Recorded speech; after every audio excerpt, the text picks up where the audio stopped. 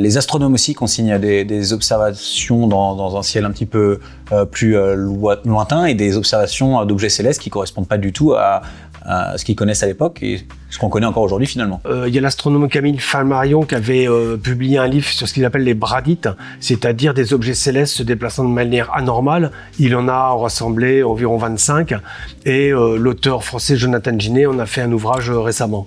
On a les astronomes qui observaient des lumières étranges sur la Lune. Bon, c'est un phénomène qui s'appelle les phénomènes lunaires transitoires, qui est présent depuis le XVIe siècle. Il y a différentes explications, mais il y a des cas qui intriguent parce que des fois, ces lumières se déplacent de manière intelligente ou très rapidement. On a d'autres astronomes, Jérôme Eugène Coggia, qui, le 1er août 1971, observe un objet volant qui alterne des vols stationnaires, des accélérations et des changements de direction. Okay. Et il en témoigne à l'Académie des sciences. Un magnifique bolide rouge sang a fait son apparition hier soir. Il a pris avec une majestueuse lenteur la direction est.